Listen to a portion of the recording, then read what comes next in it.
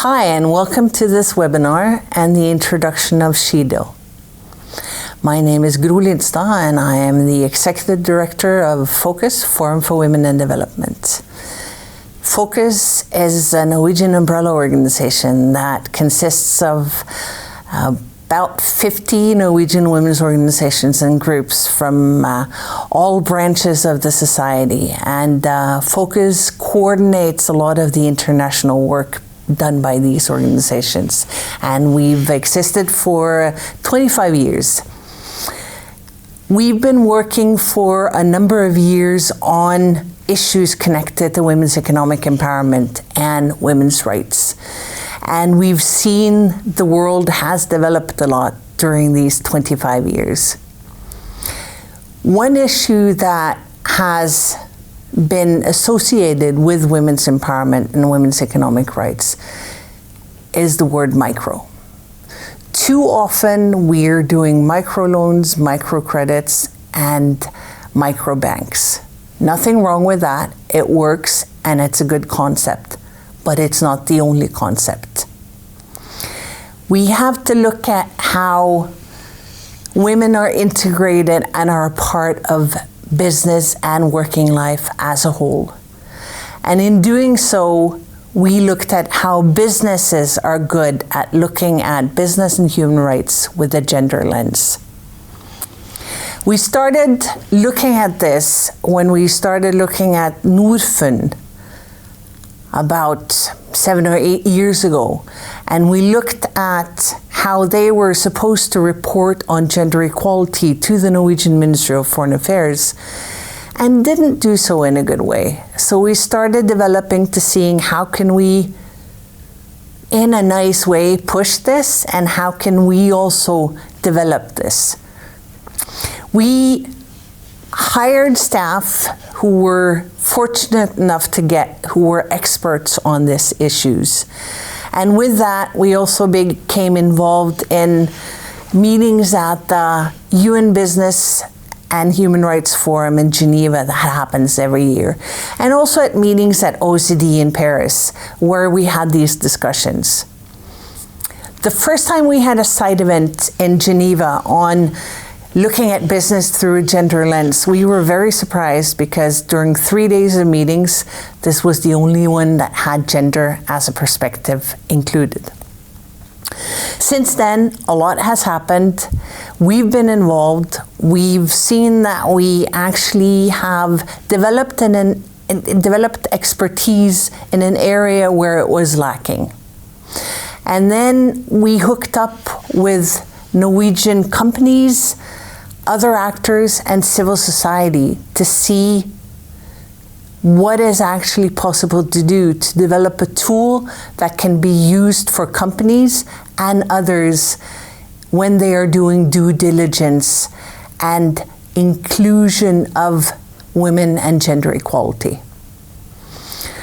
So we had talks, and we also had the Norwegian Ministry of Foreign Affairs as a willing partner to fund the pilot that we are launching today. And we've also used the time, and we've traveled to Norwegian embassies in Kenya, Tanzania, and Uganda. And we've had workshops in cooperations with the embassies, with businesses, Norwegian and national in the countries, and also civil society, to see what they needed. We've also integrated it and the work that we do with civil society partners in the countries where we actually work with women's organizations. And with that, as a conclusion, it gives me great pleasure to introduce our keynote speaker, State Secretary from the Norwegian Ministry of Foreign Affairs, Marianne Hagen, who has, of course, also said yes to being part of this launch. And it's a pleasure to introduce her and say, Marianne Hagen, the floor is yours. Good morning, and thank you for inviting me to the launch of the SheDil. Let me start by thanking the organizers for the important work that you do on gender issues and congratulate you with the SheDil pilot. These are indeed difficult times. The COVID-19 and the measures to contain the virus have had huge negative impact on the global economy. Global demand for goods and services are down. This has adverse effects on job creation and poverty reduction. Even before the crisis, human rights were under pressure globally.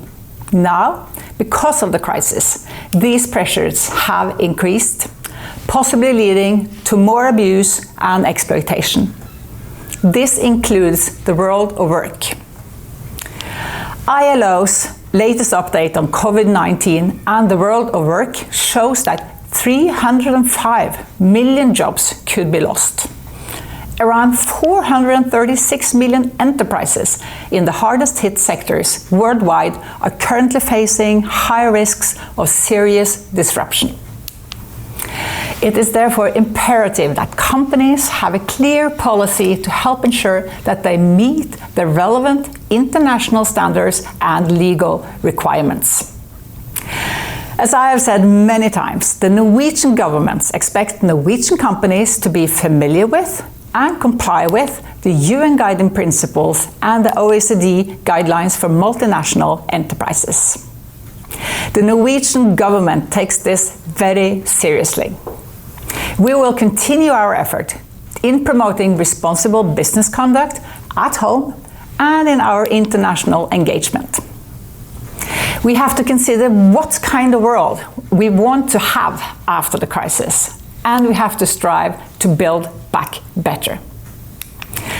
The active participation of businesses and their adherence to responsible business conduct are essential if we are going to achieve a better tomorrow.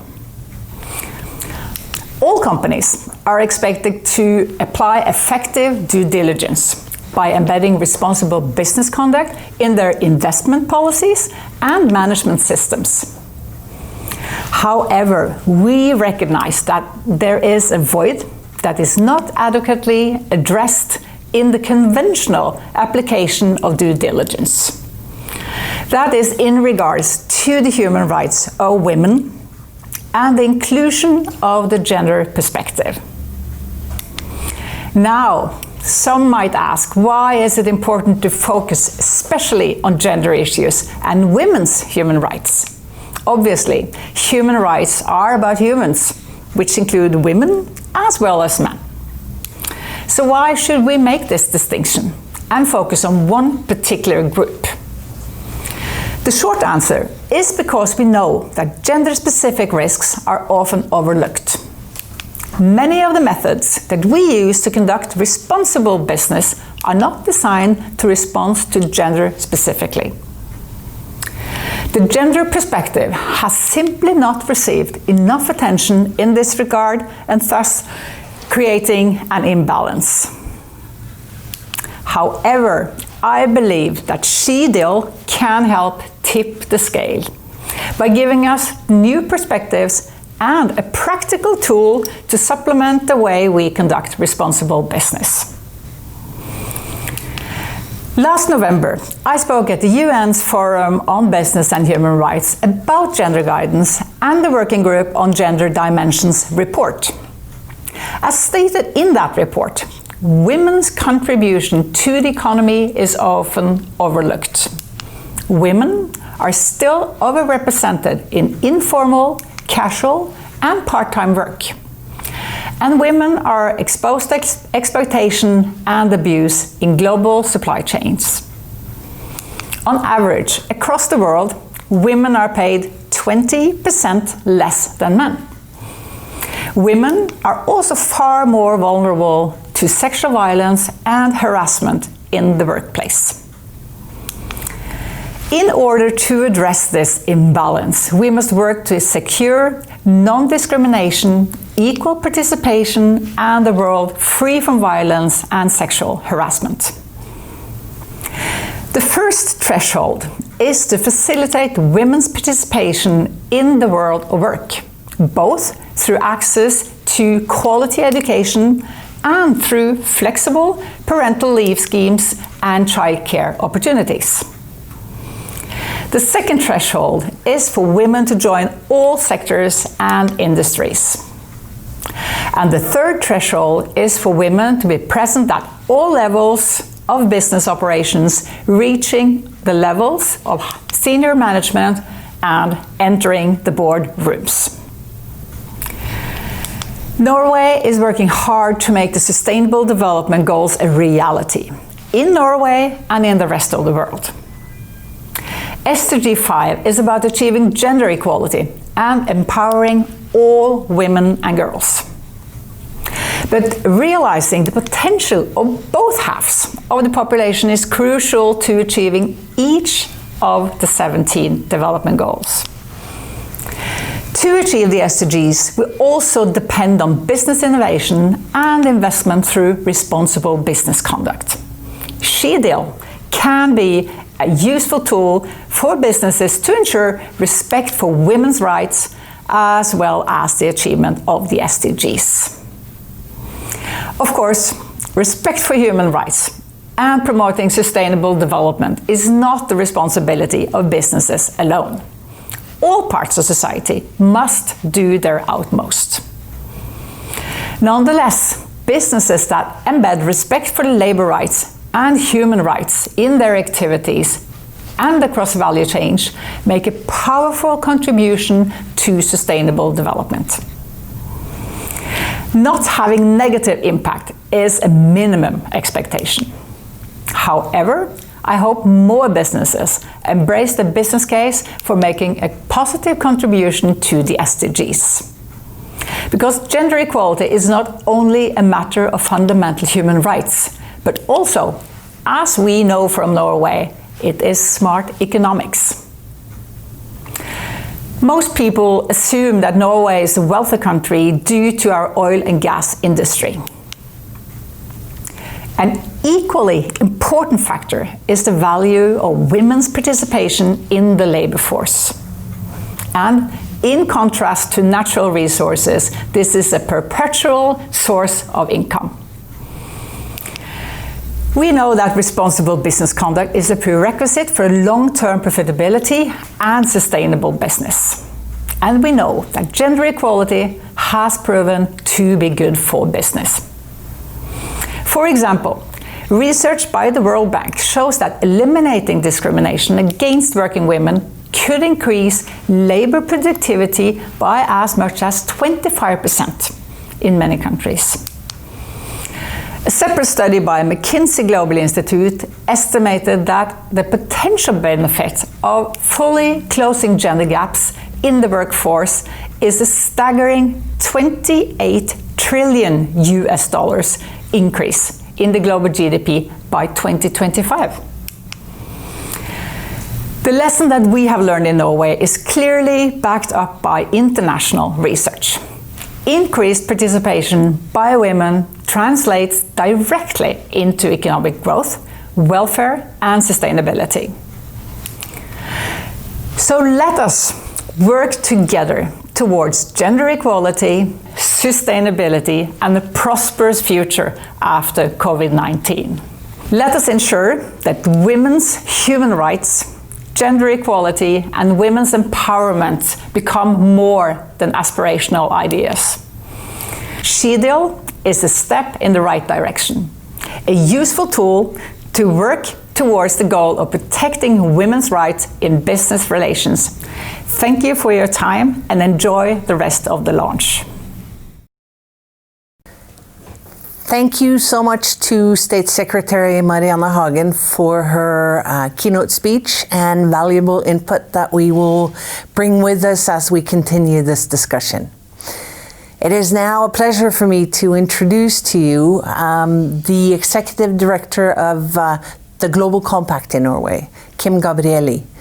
The Global Compact was established in Norway in 2018 and then got its office last year in 2019.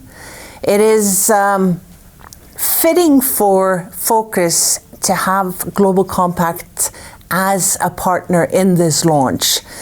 because the Sustainable Development Goals very clearly highlights the cooperation between government, private sector, and civil society. The Global Compact asks companies to align their strategies and operations with the universal principles of human rights. So in this, also business and human rights. So Kim Gabrielli is a man with a multitude of different roles and experience from both Norwegian and international civil society and UN organizations. Before becoming executive director for the Norwegian branch of the Global Compact, he worked for UNICEF for 7 years in many different roles as their political advisor, as their director of communications, and before coming to the Global Compact as their assistant director. He also has had roles working for the Red Cross in Norway and has been political active for many years. So if somebody understands what we're talking about here, it's Kim Gabrielli. Thank you for that kind introduction, Gro. It's a pleasure having you here, and I'll give the floor to you. Thanks a lot. So for us, it's important to start it out with saying that better gender equality means better business. What do the UN Global Compact mean by that? First of all, of course, we are talking about a principle approach. So our principles, the 10 principles for responsible business. But of course as well, we do know that if you're going to reach the Agenda 2030, the Sustainable Development Goals by 2030, we need to create good solutions in business, and then women are key. We already know that it's a good business if you look at numbers both from the World Economic Forum and others, that there is a key a connection between hiring female leaders and the economic growth of a company. But today, of course, we are going to talk about how can we put it into action. How do we make the principles concrete? So for us in the UN Global Compact, it's a pleasure, of course, working with UN Women, Fokus in this case. And the approach we have taken to the work on empowering women is to set up the 7 women's empowerment principles together with UN Women. And of course, sometimes people tend to talk about women like there is a minority or just a small part of the world. But as the Chinese say, women are holding half the sky, of course, because they are half of the population. So talk about women as microeconomics or microfinance, like Gro said earlier today, it's of course not an option. Women are, just as the men are, macroeconomics. We need to get all of them into work, and we need to get all of them engaged in creating the business of tomorrow. So it's on one side, it's both a moral imperative, but it's also good for business, as reaching the SDGs, the Sustainable Development Goals, are in general. So behind me you can see all the 7 principles, but of course that are what they are. They are principles. So how do we put them into practice? How do we make sure that companies use this in their everyday work? And that is one of the most challenging parts of this, of course. We want them to hire more female leaders, also in the Norwegian context, where only 6 of the 100 largest companies have a female CEO. But of course, we don't have all the best tools in the world to do the principles, and nobody has. It's only the companies themselves that can actually do this. But today, in this partnership with Fokus and the ministry as well, we do have a concrete tool that can help us take 1 or 2 steps in the right direction.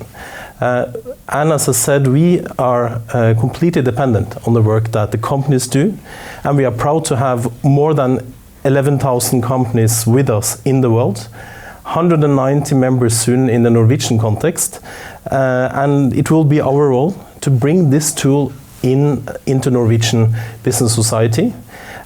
So it's a pleasure for us to work closely with both Fokus and others, and of course with the tool SheDil. And as I started out, better gender equality means better business.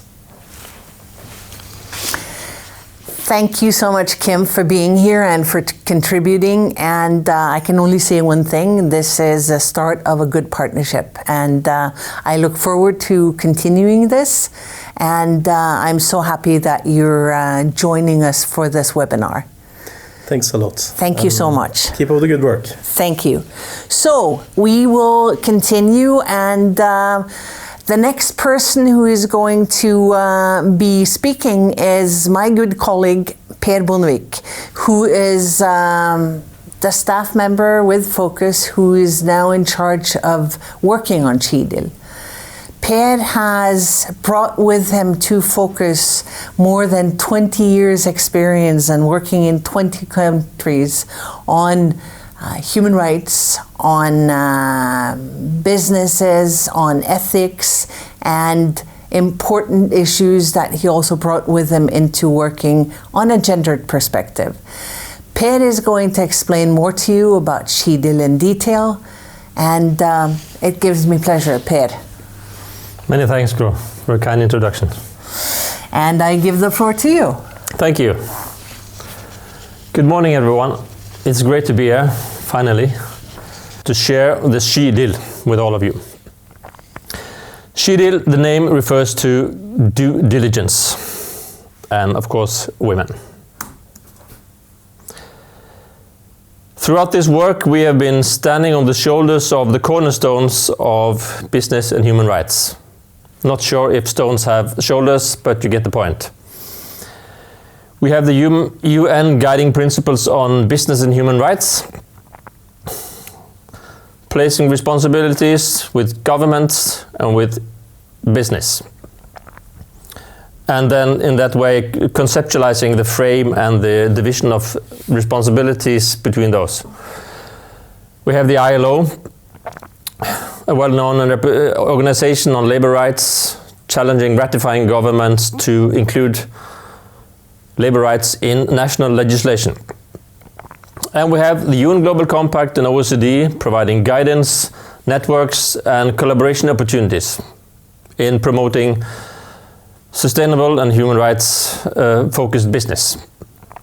And not forget the Sustainable Development Goals, our common ambition to make the world a good place to live for everyone for a long time.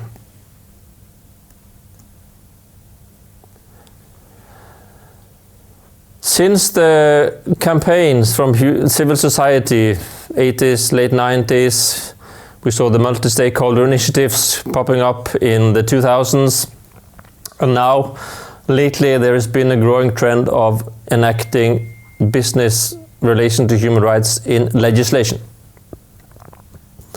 Many of these focus on businesses' responsibility to have a systematic approach to understanding how they impact human rights of others, and then report on that. Of course, of particular interest for us is the work on the UN Working Group on Business and Human Rights, the Gender Lens report last year, as well as the ILO New Convention on Violence and Harassment that also was approved in 2019. Now, of course, the work will be around the world to see how this will be ratified and translated into national legislation and regulations. In all of this, what I refer to, discrimination and gender is included in a way. Not always very specifically, but it's there. One question, of course, which I guess all of you have posed yourselves since you're here, why do we need a gender lens on business and human rights? Isn't business and human rights enough? Women's human rights are just the same as for men, for everyone.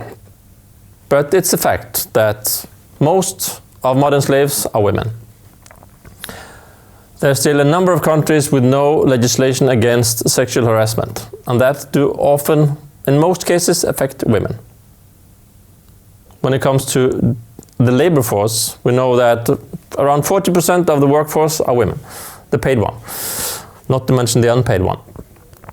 And we also know that less than a third of them are in managerial positions. So there is an inequality when it comes to what kind of position you have, means also what kind of power you have and what kind of payoff you get.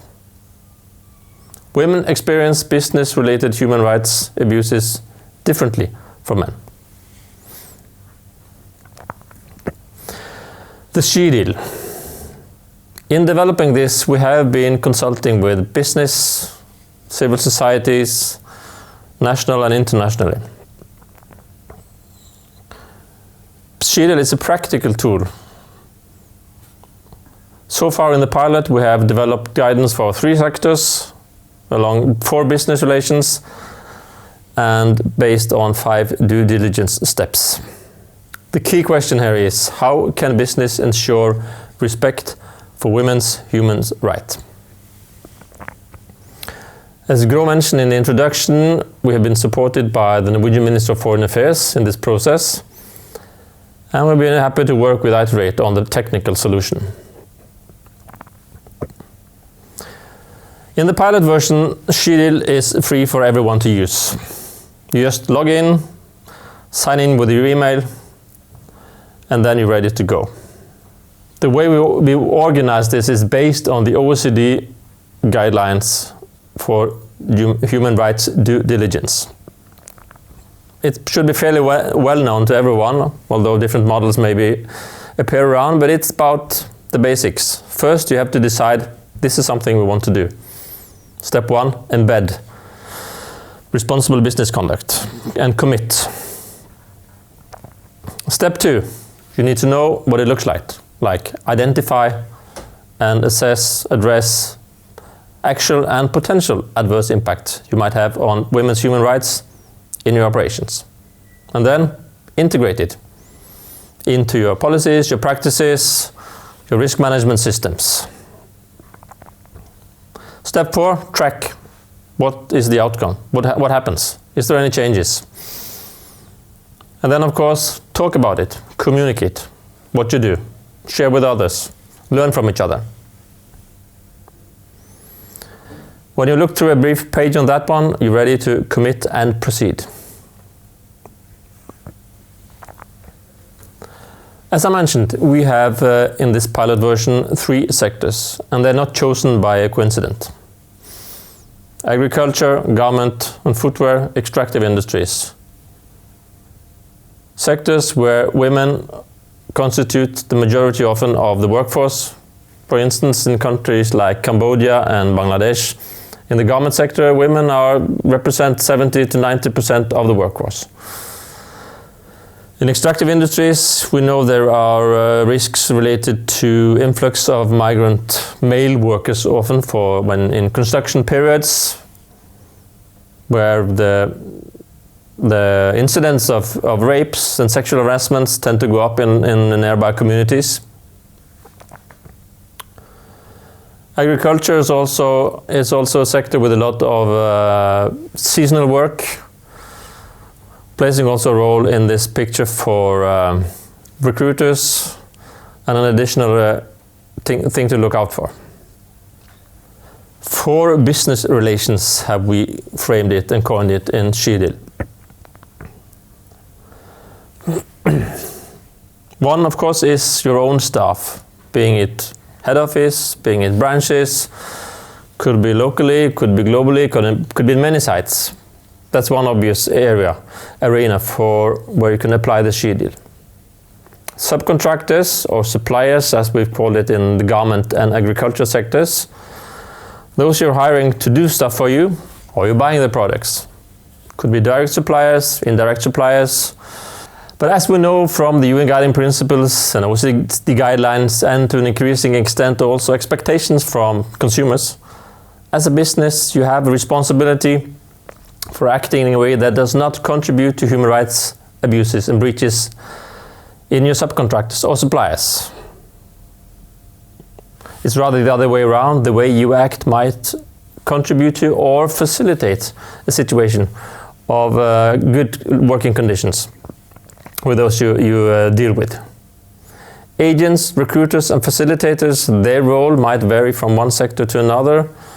Typical cases are day workers, short-time laborers, seasonal, where there is an agent who are providing labor force to a plantation, to a working site.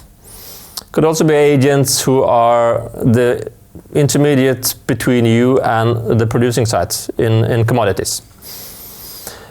We've also chosen to include external stakeholders here.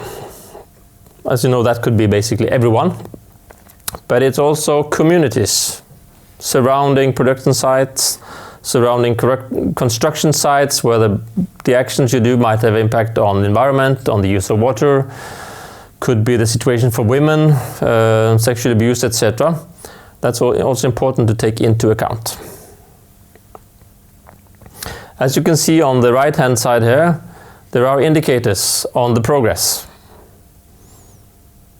And you can choose if you want to look only at directly employed to start somewhere, then you unclick the applicable buttons under there, under the applicable heading.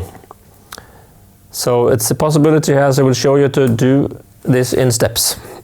Here is a example case from Bolivia, extractive industries. As you see from the slide, the 4 steps in the model are reflected here. It's assess, integrate and act, track, communicate. You also see that there is a progress indicator reflecting all the steps that you have ticked off as in progress, and also the ones you have chosen to be not applicable. Using the function not applicable can be useful in prioritizing. Does not necessarily mean that they're not applicable, but it gives you the opportunity to focus and do things in sequence. If you hit the plus button, in this case from assess, a new window open. And now we're really getting closer to the real content of this. Under each step, there is a list of tasks to carry out. In this case, we've gone into assess. And one of the key tasks here is map contextual risk. Under each task, you also see key checkpoints. And that's where you get really into the details. As you can see from this picture, we've chosen map contextual risk and analyze government relations as applicable, while reviewing our own policy, we've chosen not applicable. This is just for showing the flexibility in the model that you can use. If we enter key checkpoints, you will find a list of bullet points, left-hand side, and those will vary according to in each case, each checkpoint. So these are tailored to give you some food for thought, some challenges, some issues to look into under each task. The notes field is where you put your own comments, your own targets, your own things to do. So this is your list. And after having saved that, you will be able to retrieve it in the final report. We've left it as an open text field, giving you all the flexibility to use it in the way you want. And as I mentioned, you could put targets there, you could put to-dos for yourself, for others, etc.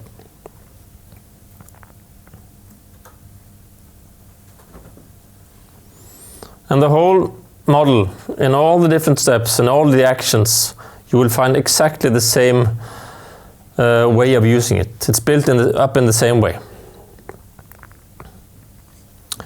Finally here, we have produced also a simple report in Excel. There's no colors there, no formats, but you get all the information out that you want. You will get a summary of which steps you've chosen to be applicable, which steps you're working on, and all the input you have saved in the notes fields. So this you could easily share, you could copy paste, put in your annual reports, share with other parts of the company, or etc.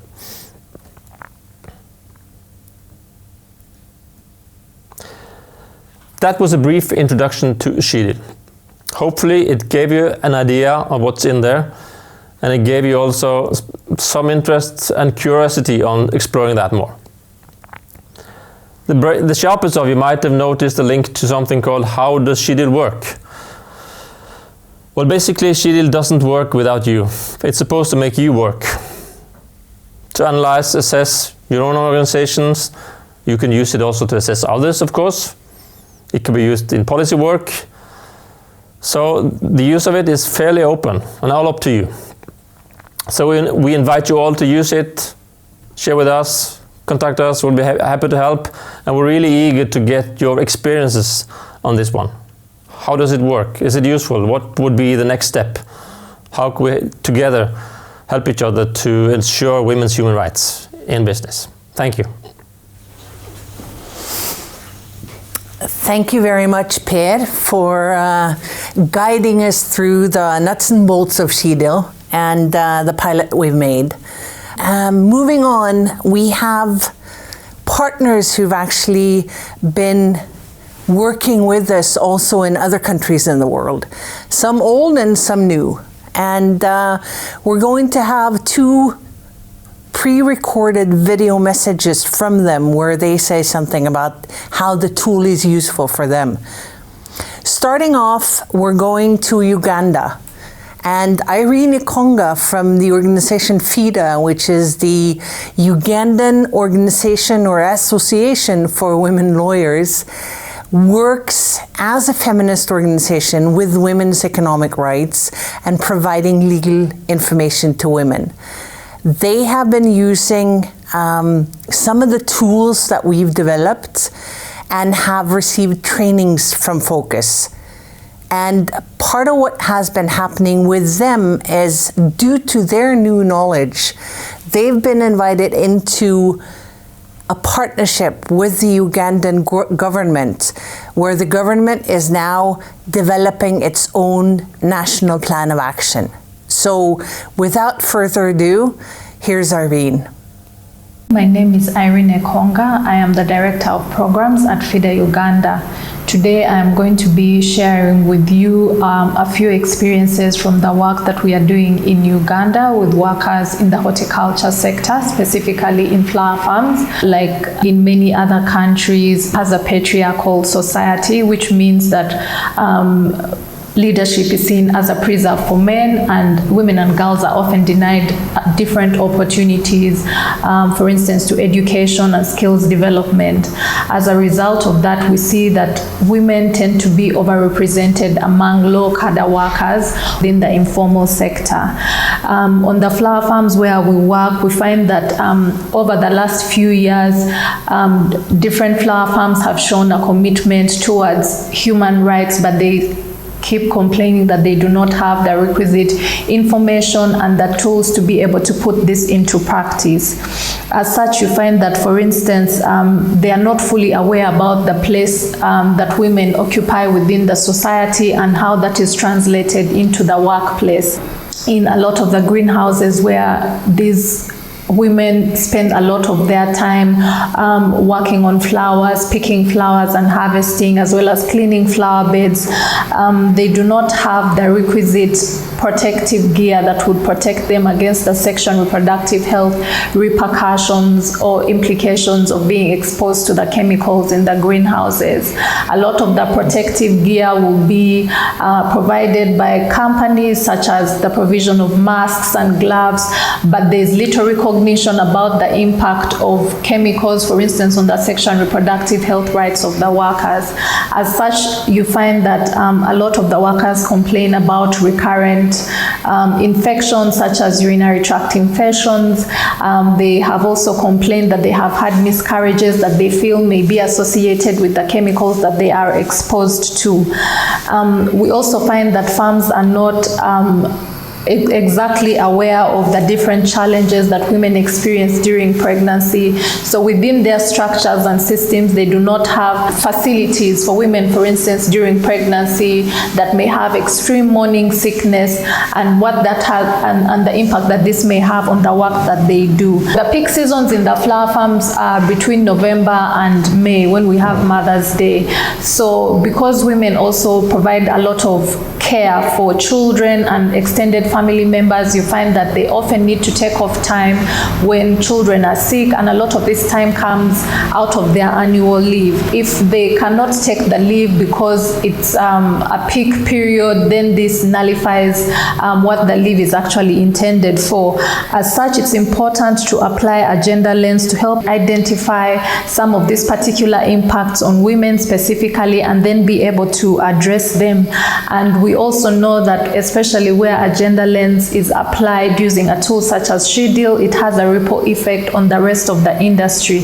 It creates industry standards that suppliers and business relations also have to adhere to. In terms of access to justice, in Uganda we have very high unemployment rates, and so job security is an issue, and we have found that this has been a major factor in terms of seeking for redress for workers. Because our formal justice system is also relatively expensive and relatively complex and adversarial, we also find that these workers who are usually poor and have limited levels of education and are also not able to access the formal justice system in order to seek redress. And also we have found in the course of supporting workers to seek accountability for the infractions of human rights that sometimes these businesses and investors, because they are related to or are owned by powerful people and rich people, they are instead protected by some law enforcement agents, or they may be protected by certain officers within government. So this has made it especially difficult for poor workers to be able to seek corporate accountability. And in such circumstances, we have found that using complaints mechanisms outside of our jurisdiction is a viable option in order to access justice. We have been privileged to access technical support from Fokus in terms of training for civil society organizations, as well as legal aid service providers and civil society organizations that provide free legal services on how to use the OECD complaints mechanism to bring actions on behalf of workers who may feel intimidated or for some reason are not willing to access justice. And so our partnership has been essential in terms of strengthening access to corporate accountability. We have received requests from partners who are interested in working together with FIDA to bring actions before using the OECD complaints mechanism. FIDA and Fokus have a shared commitment towards integrating gender within business and human rights discourse, and with support from Fokus in the last year during the development of the National Action Plan on Business and Human Rights, FIDA has been able to facilitate the consultation of rural and marginalized women on what they would like to see in the National Action Plan on Business and Human Rights, to receive their feedback on the text of the draft that has already been developed, which has been essential in enabling them to have their voices heard through this policy development process. FIDA, in partnership with Fokus, has also been able to support the technical committee on the development of the National Action Plan, to convene technical committee working groups, and FIDA is part of this working group as well, to be able to assess that the National Action Plan is integrating best practices from other national action plans around the world, including progressive provisions, but especially making sure that the concerns of women and girls as workers, as members of communities, as consumers are integrated within the National Action Plan. I therefore really congratulate focus on this achievement, and I know especially in our context where we have companies that are interested in upholding the human rights of surrounding communities, that this is an essential tool that is going to enable them be able to assess where there might be human rights implications from their business operations, so they are able to mitigate them and they are able to correct them. It will therefore add a lot of value to all of the policy advocacy work that we are doing in the country, and it will give companies practical tools that they can use in their bid to protect the rights of women and girls. Thank you so much to Irene and Fida from Uganda. From the African continent, we're moving to Latin America. In November last year, Fokus met an organization from Colombia at the UN Business Forum for Human Rights in Geneva. The organization is called Fundación Ideas para la Paz, for short, FIP. They work in Colombia on issues connected to business and human rights, and also work as a think tank. Their human rights due diligence coordinator, Margarita Parejo, is going to speak about their work and how they see SheDil will be something they can use. So I send it over to you, Margarita, and you have the word. Good morning to everyone. We're very excited to be part of the SheDil launch today. Thank you so much to Fokus for the invitation. My name is Margarita Parejo. I'm the Human Rights Due Diligence Coordinator of the Ideas for Peace Foundation, or Fundación Ideas para la Paz, FIP, from Colombia. FIP is an independent think and do tank established 21 years ago that is convinced that in Colombia we will not advance towards a stable and lasting peace without active and quality involvement of the business sector. From a business and human rights angle, we have worked for the last 16 years in guiding companies from different economic sectors to implement responsible business conducts in accordance with the UNGPs, the OECD guidelines, and ILO and World Bank standards. This, of course, includes all the elements of human rights due diligence processes, from policy commitments to communication. Also, in the last years, we have enhanced our processes to include a gender approach, and this considering that women and girls have historically seen their rights impacted in a disproportionate way, facing multiple forms of structural discrimination and violence. We have no doubt as FIP that businesses should integrate a gender perspective in carrying out all the steps of human rights due diligence processes. That means identifying, integrating, and addressing negative, current, and potential adverse impacts on women's rights. I will now like to point out several common impacts on women's rights resulting from business or different business activities and operations that we have identified as part of our work. Firstly, we have identified barriers to access employment for women, strengthening their rights to a decent income and livelihood, and also exacerbating women's vulnerability conditions that based on gender. In Colombia, this is very critical, since women unemployment rates almost double men's, even though women have higher levels of education. This is more evident in economic sectors with historic occupational gender segregation, such as extractive sector. That is one of the sectors that is prioritized by the SheDil tool. We have also evidenced cases in which women suffer sexual violence to be able to access employment. So this is a very critical issue. Secondly, we have found inequitable working conditions based on gender, such as lack of equal opportunities for women to enter leadership roles, health and safety conditions, and wage discrimination, where, for example, in Colombia, the wage gap among women and men is approximately 12%.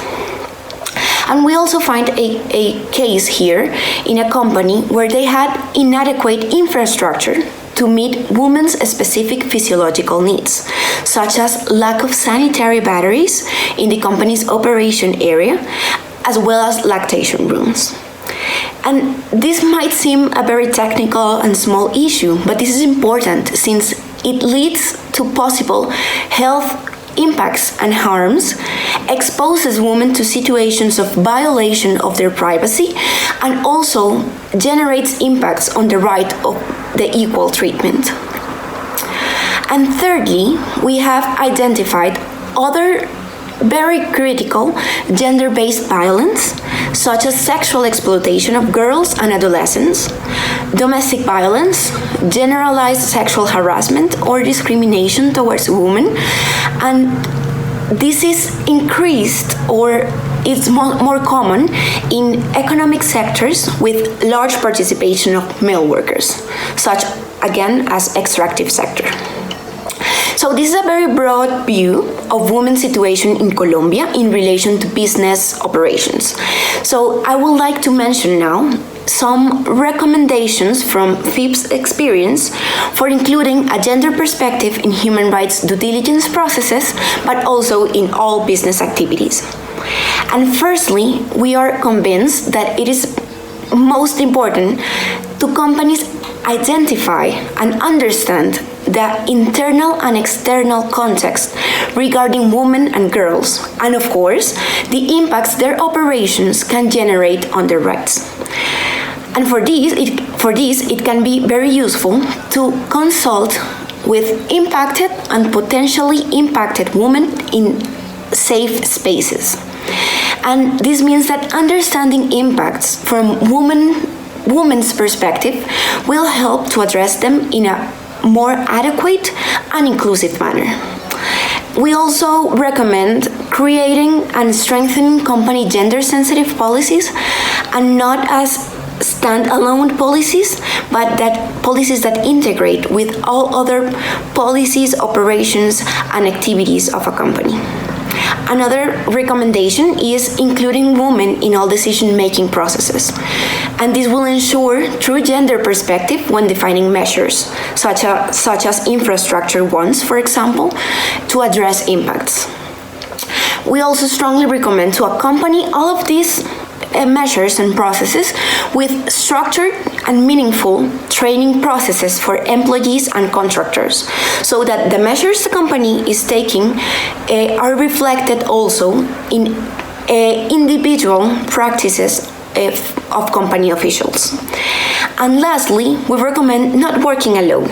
It can be very useful to promote or include partnerships with women associations or with government offices related to women issues. So, considering all what I have mentioned very quickly, we believe SheDil is a very practical tool that will help businesses to identify, address, integrate, and follow up the impacts and the measures, such as I mentioned before, and safeguarding the respect for human rights of women and girls in their operations. And mostly, we also look forward to using the SheDil tool ourselves in our own due diligence processes.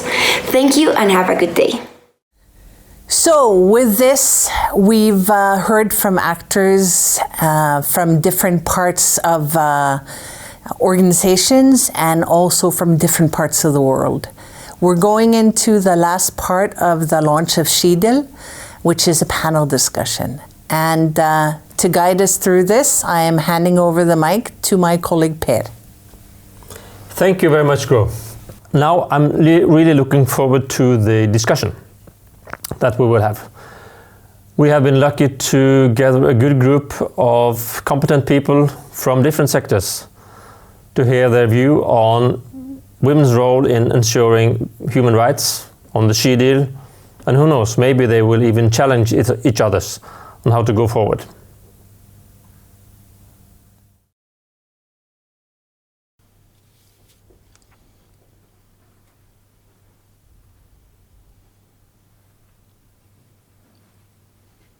And now it's with great pleasure we will introduce you to the panel discussion and debate.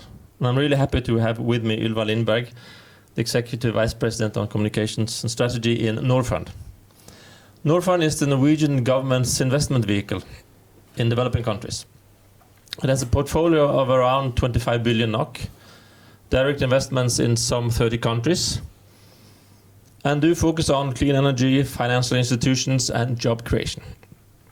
Ylva has been around for quite a while, working on, first I guess it was corporate social responsibility, and then it turned into business human rights and strategies. She's been part of the Norwegian Pension Fund Ethical Council, and has a long and very interesting experience also advising companies on their strategies. So I'm happy to leave the word with you, Ylva. Looking forward to a good discussion. Many thanks to Per for those kind words of introduction. And as Per said, I come from Norfund, the Norwegian investment fund for developing countries. And our mission is to invest to create jobs and improve lives in developing countries. And as such, of course, gender and women's rights is one of the things that's very important to us when we invest. And it's important for two main reasons. One is because it is the right thing to do. And the second one is because it makes business sense. And when we work with women's rights and human rights, we do so using the IFC performance standards, which really helps us guide in an operational way in very challenging contexts in some of the poorest countries in the world, how we can work with and respect human rights and women's rights. Gender is also a cross-cutting issue in Norwegian development aid, and as such is something that permeates all the work that we do and other parts of Norwegian development aid as well. Per asked me just by way of introduction to say a little bit about how we work with gender. And Norfund works with gender on three different dimensions. We do so in our own operations, how to promote diversity and work with gender and equality in our operations as Norfund, as the Norfund organization. Secondly, we work with women's rights and gender in our investees, so our portfolio companies, the more than 900 or so companies that we invest in directly, indirectly, or through funds across developing countries. And in promoting women leadership, respecting women's rights in operations and so on. That's the second part of our gender work. And then the third part is wider society. So seeing how we can both learn from others, but also be an inspiration and a role model on how to promote women's rights more widely. So those three dimensions are important in Norfund. Now turning to the panel conversation, we'll be talking about how women's rights can and should be upheld when companies and investors operate in challenging contexts in developing countries. And as Per said initially, 71% of modern slaves across the world today are women. And there are 65 countries that really lack legislation on women's rights. We have various tools, we have conventions, we have principles, and we have strategies, but we don't yet have the realities on the ground.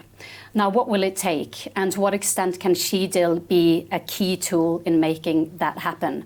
Can it, as the State Secretary said, tip the scale? So I'd like to introduce our panel, starting here on my left, Frode Elgesen, who is the leader of the OECD National Contact Point in Norway. Next to him is Marte Johnsen Stensrud. She's Vice President of Human Rights in Equinor. Then we have on my far right here, Amalie Hilde Tofte, International Advisor in Industri Energi. And then we have Tulio Machado Helland, who's Senior Legal Advisor and ESG Analyst in Storebrand. Now, the way that we'll run this is we'll have some short introductions from each of them, talking about their key priorities and also how they might be able to use SheDil in their own operations. And then we'll have, I wouldn't call it a panel debate because I'm not trying to, to criticize or push these guys on challenging issues, but rather trying to have a conversation about the issues at hand and what we might do in practice. So Frode, I'd like to kick off with you. What are your key priorities in terms of gender equality and how might you use SheDil? Please. Thank you. I think I will start to jumping to the conclusion, which is that, in my view, SheDil is very useful, and I think it's necessary. And it's useful because it is practical, and it gives businesses a tool for really addressing women's rights and gender issues in a practical way. And it's based on the well-known standards, which is important. It doesn't introduce something new when it comes to the basic standards, but it develops offers a tool for working with this in an important way, in an effective way. And it's necessary because there's a lot to do in this area. We know that in many sectors the women's rights are threatened. There's a great risk to women to be exposed to abuse and discrimination and other violation of their rights. So it's necessary. And when I say it's necessary, it's also implicating that others are not doing enough. So, which also goes for my organization. So it's a supplement and a tool that will increase the awareness concerning women's rights, which is very important, I think.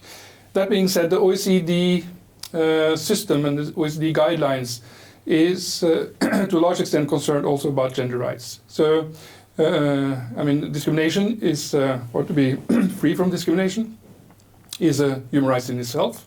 And the guidelines and the guidances is addressing women's rights and gender issues in many parts of the guidelines and the guidances. Especially when it comes to sectors like apparel industry, the extractive industries, and the agriculture sector. So, and in these sectors, you have in our guidelines concrete guidances on how to address these issues. So we are working on this, and it's a central and serious issue in our work. And we have not had any cases in Norwegian contact point yet, but these guidances will guide us if these cases come, which I will show that they will. And then I have a wish when it comes to these kind of tools, and that is, as in other areas, concrete information about the risks on the ground is very important. So if this tool could be developed to also be a platform for sharing information about concrete risks on the ground, that would be very helpful. Thank you. Great, many thanks, Frode. Marta, I'd like to turn it over to you. What you're doing on gender equality and how you might use SheDil in your efforts. Thank you very much, Ylva. So Equinor's human rights policy was created in 2015 and is based on the UNGPs. And it sets out the principles for how we relate to employees, contractors, suppliers and partners, as well as communities. And the gender issue is a cross-cutting issue across all those groups. Now, we are committed to particularly be attentive to human rights we are at risk of impacting most, and to the human rights of people most vulnerable to those adverse impacts. And again, women and girls are a particular group of concern. Now, women experience business-related human rights abuses in unique ways, and they are often affected disproportionately, as we've talked about today. And women also face multiple forms of discrimination and experience additional barriers in seeking access to effective remedies. So therefore, we absolutely acknowledge our responsibility to give special attention to women and girls and to the structural discrimination and barriers that they face. So some examples of human rights issues related to women and girls that could be relevant to our sector. So exclusion from decision-making processes and consultations where access to land, compensation and benefits are negotiated. We know women often have lower levels of literacy and awareness of their own rights, of laws and mechanisms for compensation, and also how to access those. Also, lack of financial compensation for loss of livelihood due to formal and traditional discrimination in the country regarding women's right to property, inheritance and access to financial services. And as it has been also explored today, that wages and opportunities for women are often a systematic problem, and that they have fewer promotion opportunities. So now we have been working very hard in our company during the last years to translate the policy commitment into practical work throughout our company. And SheDil is a very good example of a practical tool that can help guide us in our understanding of gender risks and how they can be addressed. And we have been proud to be a part of this development and support of SheDil all the way from the idea stage and now to the launch today. And I can say that we in Equinor have learned a lot during this journey. And for us, SheDil could serve as a complement to our existing impact assessment tools, and particularly at the early stages of project planning, to really understand where we need to have a special attention to gender issues and women issues. Thank you. Great, Marte, thank you so much for talking about how you work and also the more specifics on the ground, because as you said, Frode, that's what it's all about, right? I'd like to turn it over to you now, Amalia, from Industri Energi. Thank you. I work for the trade union, Industri Energi. Industri Energi is unique in the sense that we use 3% of all our membership dues on international and solidarity activities.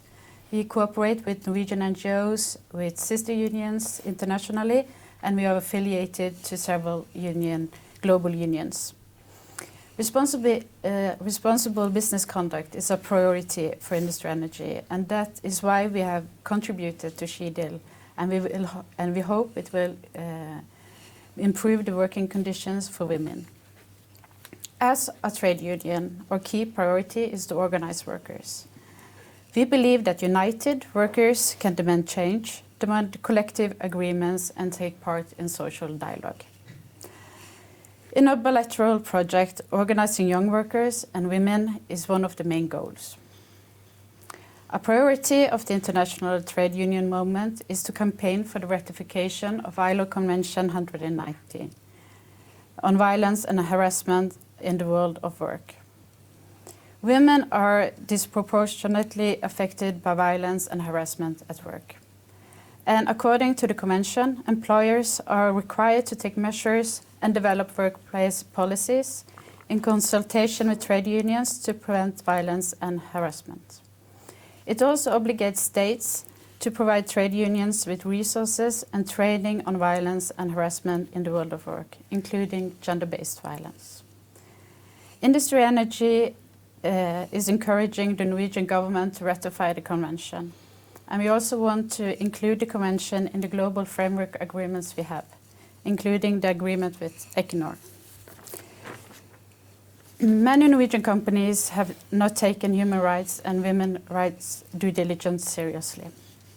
I've heard many excuses. It's too complicated, it's too expensive, etc.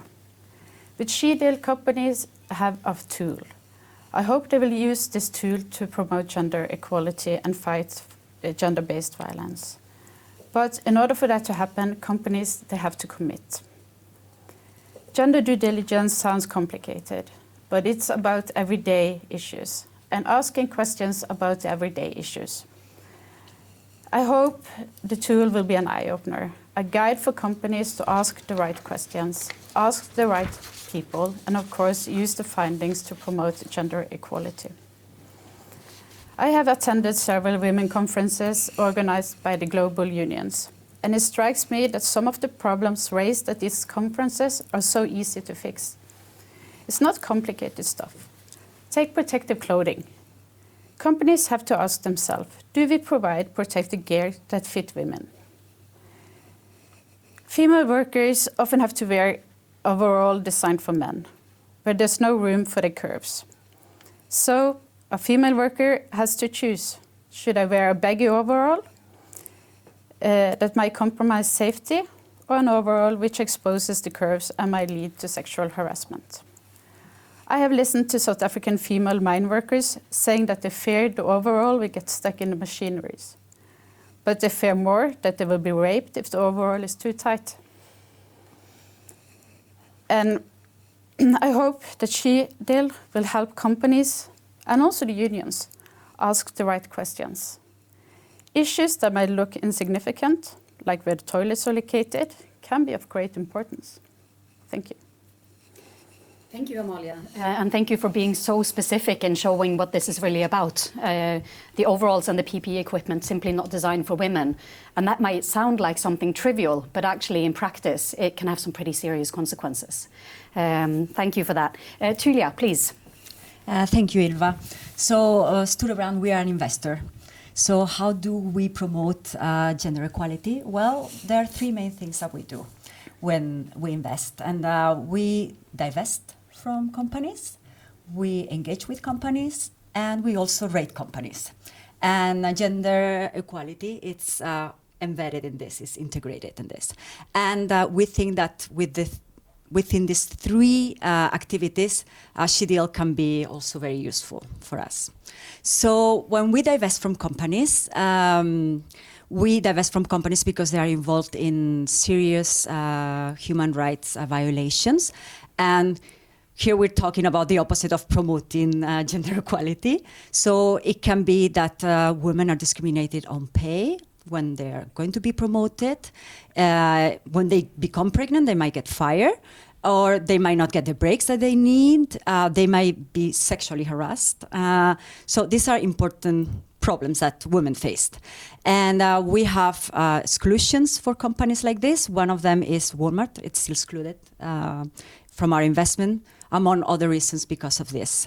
So for investors, it's extremely interesting to use this SheDil tool, because when you see the SheDil tool for a retailer, even though it's not specifically yet an example in the industries that SheDil shows, you can see that, for example, Walmart sells food and it also sells clothes. So you can look at the garment and you can look at the food companies, and then you can see, okay, where is the risk? Because the risk is going to be different depending on the sectors. And we investors, we are not experts on everything. So it's a good guidance for us to know, okay, where is the risk? The risk is going to be with the workers. Whereas for a mining company, the risk might be more on the impact that the mining industry, the mining company might have on the local women and girls, for example. So the second thing that we do is that we engage with companies. So we vote at AGMs for shareholder resolutions promoting gender equality. Another thing that we do is that we talk to companies. And that what we experience is that often women are pretty much invisible. So if you don't ask the questions specifically about women, it's like you don't get the answer. So we were visiting a palm oil plantation and we asked about health and safety, and we were taken to the actual workers there, and we saw how the workers were harvesting the palm oil bunches, and it's very physical demanding work, right? So we ask, after a while I asked, okay, and where are the women? Well, the women, they do light work, So, it's not a problem. I say, okay, but what do they do? Well, sometimes they pick the loose fruit. Sometimes they are fumigating with pesticides, what you said. And I'm like, yeah, of course, being exposed to pesticide is not risky. So, but if you don't ask that question, and then it's the casual work too, because it's sometimes, right? So they don't have the same rights that maybe their co-workers are men. So here are issues that if we don't ask them, we don't get them. And the She tool here also can help you to ask the right questions. And then the last thing we do is the rating of companies. So we rate companies based on gender equality. And that means that we give a score for the companies that are doing well. They get more invested in them. And the companies that are not doing that well in gender equality, they are not. And we also have a portfolio picking the best companies, so our clients can also invest directly on that. And we also have a fund that invests in women empowerment. So, yeah. And then we think that the SheDil tool also could be very helpful here, because if it could be quantified somehow, like Fruda is saying, the information is shared, then it could be also very useful and upscale for us, the investors, to really do a good analysis of all these companies. Now I know I'm going over time, so Tulia, thank you. Thank you. I'd love to listen for another hour or so, but we need to move on a little. I think the two of you both pointed to the importance of asking the right questions to the right people, and you're also very specific on what's happening on the ground. And Amala, if I could just dig in a little bit more into the example that you talked about with the overalls. Because I think in order to understand that and how human rights are being violated, you need to ask the right questions to the right people, right? And you've now been able to understand that risk and those problems. What can be done then to solve the problem? What's the next step when you see that these uniforms are the way they are? How can that be improved in your experience? The way we solve it is to go through the shop steward, the union, and demand protective gear that fits But sometimes the companies are not willing to provide it. They say it's too expensive or it's not available, and so on. But that's how we will raise an issue like that. And does that work, do you find? Some places, sometimes, but not all the time. Like this is also an issue which is raised in Norway by our young women in our union. They complain that they don't have protective gears if they get pregnant, for instance. It's not possible to find protective gear for them. So they either have to wear too big clothes or they will have to do other work. Yeah. And I know, Marte, you pointed to SheDil as being a good tool to really understand where do you need to put the attention, because there are probably so many things that you can do and can talk about and can address, but that SheDil might help you zoom in on the important issues. So two questions on that. One is, what have you found to be the most important issues? And number two, have there been any surprises? You know, did you sort of think the most important issues were in one space, and then by using SheDil you found them to be something else? Now, we've been part of the development of SheDil, so it's been a pilot work for us. So I would say that the tool has helped us to zoom in, definitely, to be concrete on a specific region, and also to have this structured approach to looking at the issue. And very often, you know, you think you know the issue, but it might be that you are wrong, or there are other issues that are higher on the agenda. And have you been wrong somewhere? Have there been any surprises in the pilot phase? I don't think I would say that, but we constantly learn when it comes to where we have issues. And one example, we didn't use SheDil in that specific case, but in Brazil, we've been working for quite some time to look at fishing communities. And very often you have to dig a bit deeper to find the real vulnerable people. And in the fishing community, in one of the areas in Brazil, the women aren't, as you also mentioned, they aren't kind of official workers. So you really have to find out the dynamics of that, and then when you find them, then of course you can try to help empower them. So I think, you know, you really have to dig deep, and you have to be systematic and kind of persistent in your approach. And I think SheDil is a very structured and detailed tool, and I think it will probably also be developed going forward as we learn more about those specifics. And Frode, you said that this is a necessary tool. It doesn't introduce anything new, but it's a new way of doing things, is how I read you. So could you share some reflections on what kind of issues do you think might be uncovered by using this that mightn't have been uncovered otherwise? You know, what will be the specific value of it in practice? Well, I think the value is mostly because it doesn't introduce something very new. I think, well, I haven't thought of any issues that that will come up with this tool, but it will put a sharper light on gender issues, and it will also help enhancing the work on addressing women's issues. And in the guidances and in the guidelines and in the guidances that the OECD has developed, there are several issues that will be key in this work, for instance, including women in stakeholder dialogues, so that you create safe arenas for dialogue with women, without men, if that's necessary, for instance. And would you like to have men, though, at least one in this context? So, well, men are different. so and there are other practical, and also to also one issue which is important, of course, and which also is addressed in the guidelines, is that it's need for collecting information about the specific risks, and this is a tool that will address the risks for women, and only doing that is a great step forward to single out that and use a tool especially for that, and that because that is the basis for all the actions that you take in order to address the risks that your businesses make. Just one follow-up question to you, Frode, and I think all of you have touched on it. And I think Per also in this introduction, the challenge of women being in the informal sector often, or having informal jobs. So to what extent can we move forward on women's rights by including women more in the formal economy and taking them out of casual jobs? So really building companies that provide safe formal employment. How does that fit into the picture? I think we are now approaching a problem that is concerning, to a large extent, domestic law. I mean, businesses may, address these issues and do the right thing, but these are issues that I think mostly will be maybe dealt with local law, which is often then lacking and is insufficient in the local. Maybe I was a bit unclear. I'm thinking more by investing like Norfund does. So investing in companies that become profitable and can grow and can employ people, also women. That's an important part of addressing women's rights, because then they no longer have to work as casual laborers. Yeah. So, and the same thing I think with Equinor and other companies, building formal, responsible supply chains in the markets they operate.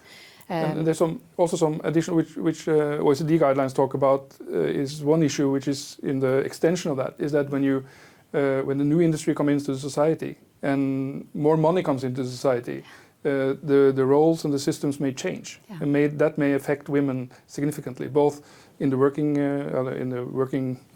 community and also at home. So being the breadwinner previously, then the man get employed and then gets the money and everything change. And then the businesses need to be aware of that and need to address it. Business development can change those dynamics. We're all very aware, of course, of COVID and the implications that it has for us, literally, standing here in a studio like this instead of at a conference. But also the effects are very clearly felt in developing countries. And we know this, 1/3 of jobs in developing countries are at risk. And we don't have the same kind of crisis packages that we're seeing in our part of the world. The life there is very different, not least for women, employed, unemployed, potentially unemployed. So, Amalie, I wanted to turn to you and ask you about the implications and the impact of COVID in these markets and on women's rights. Could you share some reflections on that? Yeah, in the beginning of the pandemic, a lot of people are saying that the virus didn't discriminate. But I think we can say that when we now have seen some of the effects of the measures that we took to reduce the spread of the virus, that it had a class and a gender division. 1 million garment workers in Bangladesh lost their jobs because the brands cancelled their orders. Most of these were women without formal working contracts, without any safety net or right to social benefits. We have, like in Hong Kong, when the curfew were introduced, domestic workers, they were not allowed to go outside on the day off, so they've been trapped with their employers. No way to go if they have been experienced harassment or sexual violence. Health workers in Swaziland, they've been harassed to and from work because people think they are infected and they're afraid of getting the virus themselves. In hospitals where there's been shortage of protective gear, doctors have been prioritized and nurses have been working without any protective gear. And in Australia, shop employees, they've been spit at and attacked because they asked customers to respect control measures. And from US, we hear that single mothers, they've been forced to resign their jobs because they had to stay at home with children when daycares and schools were closed down. So basically what we're seeing is the COVID crisis is exacerbating the problem of violation of human rights. Yeah. We're going to start to wrap up soon, but I know that you asked for the word, Marte, and then maybe Tulia as well. So, no, I think just to support what was just said, that really understanding the new risks or the exacerbated risks related to new context, and of course the pandemic is such a new context, it's extremely important. And again, being very systematic in the approach to detect those issues. But as a part of the wrap-up, that's why I wanted to get the word. And I think, a tool like SheDil is extremely important, that we manage to make tools that are cross-sector for such an issue that is really cross-cutting. So I think it's really good if we can broaden such a tool so that it's not like for oil and gas or for garment sector. So that's very important. And also such tools, they serve a very important educational purpose. You know, really using it makes you aware about things you might have overlooked or haven't understood. So I think that is also extremely important. And lastly, adding those tools into a big company like Equinor's current processes is really the key to making it into use. Thank you. And here you're pointing to a very important aspect, which I think goes to everything to do with sustainability and environmental, social and governance issues, which is if you do it on the side as a specialized thing that doesn't really affect normal business operations, then it will never really have a true impact. That's true. So I think we'll start with you with the wrap-up, Tulia, and if you could both comment on what you'd like to comment on, but also share your brief thoughts on when you're looking at the human rights, especially the women's rights agenda, and what you think about going forward. What makes you hopeful and what keeps you up at night? Perhaps starting with what keeps you up at night and then looking forward, what makes you most hopeful? Okay, I'll just say as last thing, I think that for investors the most important thing here is that of course the SheDil has to be implemented. We need to see the results on the right holders, also on the women. But so that communication part of the SheDil is the most important, that companies like Equinor, other companies too, dare to publish the results of that due diligence is extremely important for us investors if we're going to have that conversation with the companies. Otherwise, we are not making progress. So that's part of it. So what doesn't make me sleep at night? What keeps you up at night? What worries you when it comes to women's rights in... Yeah, it's just going so slowly. So that gender gap, I mean, it's the general one is over 100 years to get equality, and the economic one is over 200 years. I mean, hope for my daughter, I don't know, you know, when I think about that. But what gives me hope is that we're here together, and there are so many, I'll talk for the investors are mobilizing, and we are, for a better word, pushing companies to do the right thing. So we hope that also this would help with gender equality. So, and of course, using SheDil. So, yeah. Great. I'll turn to Marte, and then Frode and Amalia, I'll give you the final word on this. What keeps you up at night, Marte, and what makes you hopeful for the future? No, I think, you know, I really have to second what was said here, because it really goes, it's just too slow with many of the issues, not only women issues, but a lot of issues around migrant labor and child labor, etc.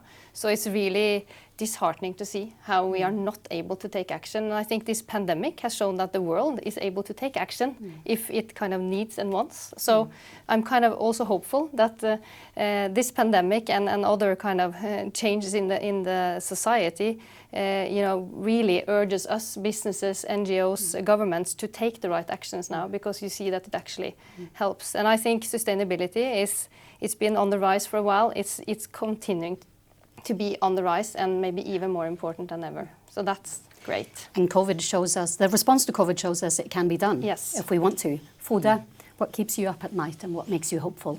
It's very hard to rate problems for other people. But what's one of the most serious problems, I think, that we have been working with the last years is modern slavery, which is also, to a large extent, a women and girls problem. And that has to be solved, and businesses have to be really aware of what, or how important or how serious that problem is. So that is one issue that I think need to be addressed and solved, which also is a serious women and girls issue. But things are happening. Positive things are happening, and big industry and big investor funds are being more concerned about human rights and in general, and then is addressing that. So that makes it possible to think that it's maybe developing in a positive way. But I think in general that we need some domestic legislation to solve it. Amalia, your thoughts to wrap up. Yeah, I think I mentioned lots of the things that can keep you up at night. And maybe should keep you up at night. And should keep us up at night. But I think I will answer more strategically and say that I'm disappointed that the Norwegian government is so slow when it comes to Convention 190. We were hoping that Norwegian government would go forward and ratify. But at least we have 2 ratifications now by Venezuela and Fiji, so it's moving forward. So yeah, that gives me hope. Great. Before we really wrap up, I'd just like to give the word to Per Bondevik again, who will close off with some reflections and remarks. Before he does so, just thank you to all 4 of you for an engaging and insightful conversation. Thanks. I would like to say thank you to all 5 of you, actually. It was very interesting listening to you. It gives us hope. There's a lot of challenges going on, but as was mentioned, I think gathering actors from across sectors is the only way to move forward on this. We need business to take their responsibility, unions pushing, and also inside the unions, investors to do their part, and also civil society organizations as press groups, as often the ones being in closest to the most vulnerable, being it women or other groups, and also from the policy side, we need this to be pushed. I'm really grateful for those of you that have been persistent enough to keep with us all the time, in spite of some technical issues. The whole webinar will be available online in a short time. We will update you on that, and please feel free to share it. I was about to say wildly, but also widely. And this is a start. Now we have to start working. Really looking forward to get more experiences from investors, unions, companies, civil societies in the use of this. We are really eager to understand how this can be a useful tool. What are the next steps we're about to take? And the only way to do that is to work on it together and discuss it. So then I wish us all the best in fighting for a better life for women workers globally.